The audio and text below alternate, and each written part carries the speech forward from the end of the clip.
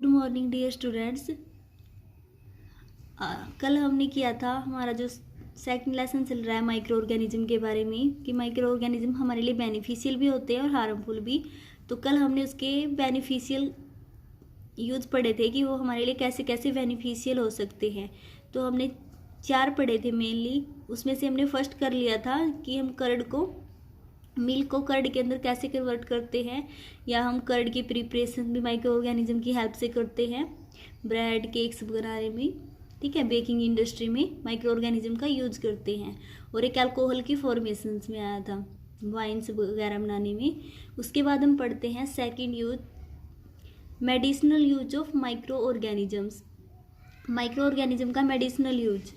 ठीक है, हमने कुछ मेडिसिन्स देखी हैं, जैसे एंटीबायोटिक टेबलेट्स होती हैं, कैप्सूल्स होते हैं और कुछ इंजेक्शंस भी होते हैं जैसे पेनिसिलिन। ठीक है, तो ये क्या होती हैं, जो टैबलेट्स होती हैं ये माइक्रो ऑर्गेनिज्म से बनाई जाती है। ये माइक्रो ऑर्गेनिज्म से बनाई जाती है और माइक्रो ऑर्गेनिज्म की ग्रोथ को रोकने के लिए बनाई जाती है। ठीक है, इनसे ही प्रोड्यूस की जाती है और इनकी ग्रोथ को स्टॉप करने के लिए बनाई जाती हैं। तो उनको बोलते हैं एंटीबायोटिक्स। एंटीबायोटिक्स क्या होते हैं, जो मेडिसिन्स किल और stop the growth of disease causing micro organism.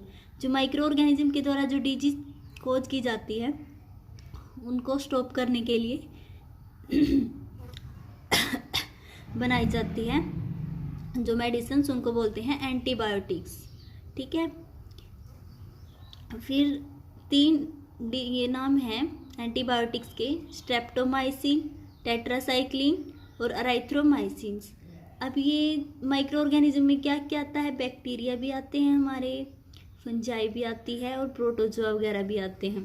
ठीक है, तो अब ये हमें जो 3 बताई हैं एंटीबायोटिक्स, स्ट्रेप्टोमाइसिन, टेट्रासाइक्लिन, अराइथ्रोमाइसिन, ये तीनों किससे प्रिपेयर की जाती हैं, ये बनाई जाती हैं बैक्टीरिया से और फंजाई से।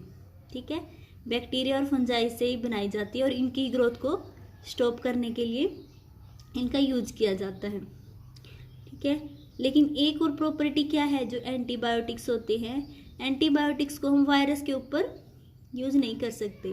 मेनली इनको बैक्टीरिया की ग्रोथ के लिए यूज करते हैं, स्टॉप करने के लिए। तो इससे अगर हम वायरस का इन्फेक्शन है, मान लीजिए हमें कोल्ड हो गया या फिर फ्लू हो गया, उस टाइम हम कोई भी एंटीबायोटिक यूज नहीं कर सकते।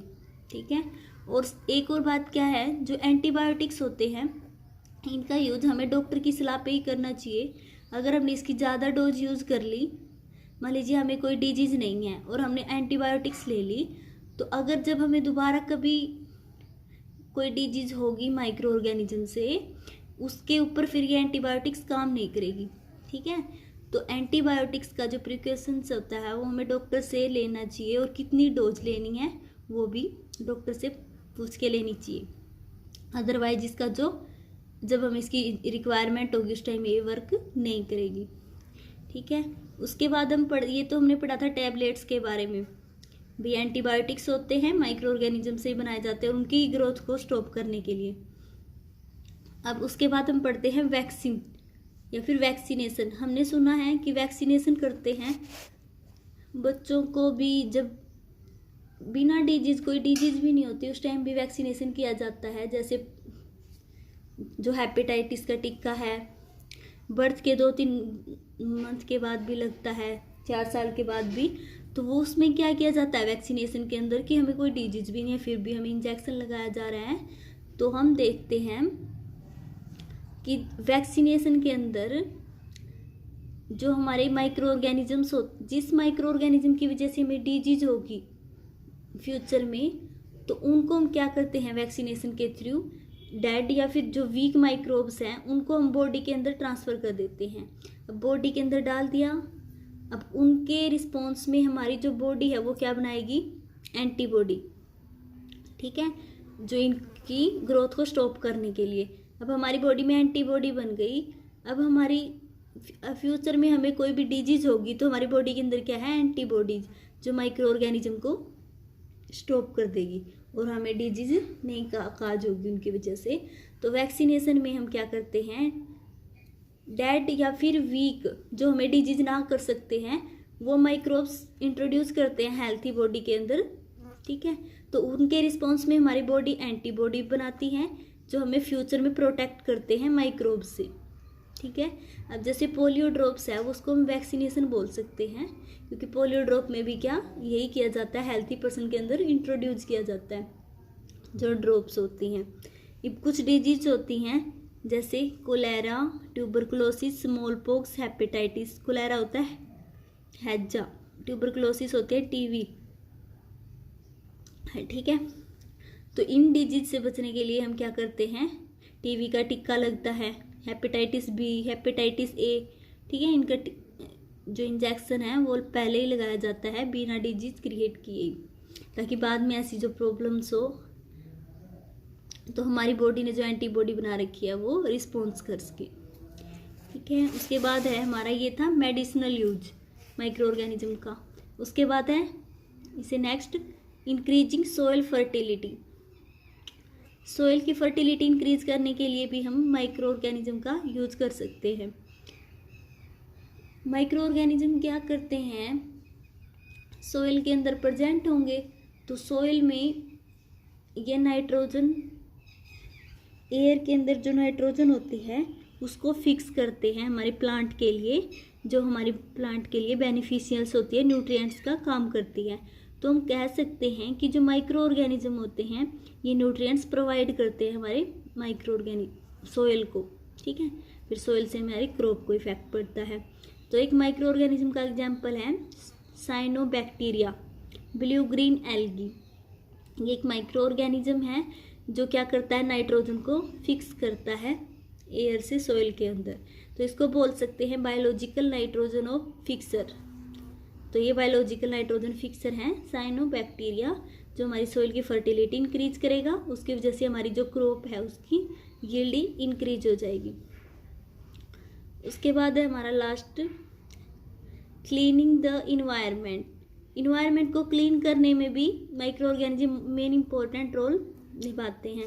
हमने क्या देखा, हमने वेस्ट इकट्ठा किया, एक इसके अंदर तो हमने किया प्लांट का वेस्ट, एनिमल का वेस्ट, फ्रूट्स, वेजिटेबल्स, ठीक है, ठीक है। एक के अंदर हमने लिए प्लास्टिक्स की थिंग्स, बैग्स। कुछ टाइम हम 4-5 दिनों के बाद देखते हैं कि जो ये वाला वेस्ट था ये डिकम्पोज होके मैन्योर में कन्वर्ट हो जाता है, लेकिन इससे क्या है, मैन्योर नहीं बनता। ऐसा क्यों? क्योंकि जो प्लांट के, एनिमल्स के वेस्ट हैं, वेजिटेबल्स के, फ्रूट्स के वेस्ट हैं, उनको जो माइक्रो ऑर्गेनिज्म होते हैं वो डिकम्पोज करके मैन्योर में कन्वर्ट कर सकते हैं। लेकिन जो प्लास्टिक्स हैं, बैग्स हैं, अदर एक्स्ट्रा जो डिकम्पोज नहीं हो सकते, तो माइक्रो ऑर्गेनिज्म इनको डिकम्पोज नहीं कर सकते, तो इनको हम कन्वर्ट नहीं कर सकते मैन्योर के अंदर। अब माइक्रो ऑर्गेनिज्म ने क्या किया, प्लांट इनको मैन्योर में कन्वर्ट किया। एक तो हमारा क्या हो गया, जो ये वेस्ट था इन्वायरमेंट के अंदर ये ख़त्म हो गया डिकम्पोजिशन से, और एक हमें क्या मिल गया, मैन्योर, जो हमारे प्लांट के लिए बेनिफिशियल है, जो हमारी क्रॉप को इंक्रीज करेगा, ठीक है। तो हम कह सकते हैं जो भी ऑर्गेनिक वेस्ट है उसको हार्मलेस प्रोडक्ट के अंदर कन्वर्ट करते हैं माइक्रो ऑर्गेनिज्म, ठीक है। अब प्लास्टिक बैग्स वगैरह हैं, इनके ये डिकम्पोज नहीं होते, ये इन्वायरमेंट के अंदर ऐसे की ऐसे रहते हैं, ठीक है।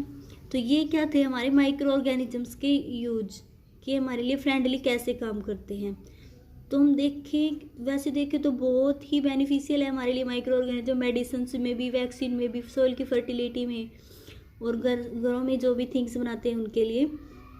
लेकिन ये क्या करते हैं, इनके साथ साथ कुछ डिजीज भी क्रिएट करते हैं, ठीक है। आज के लिए इतना ही। Thank you students.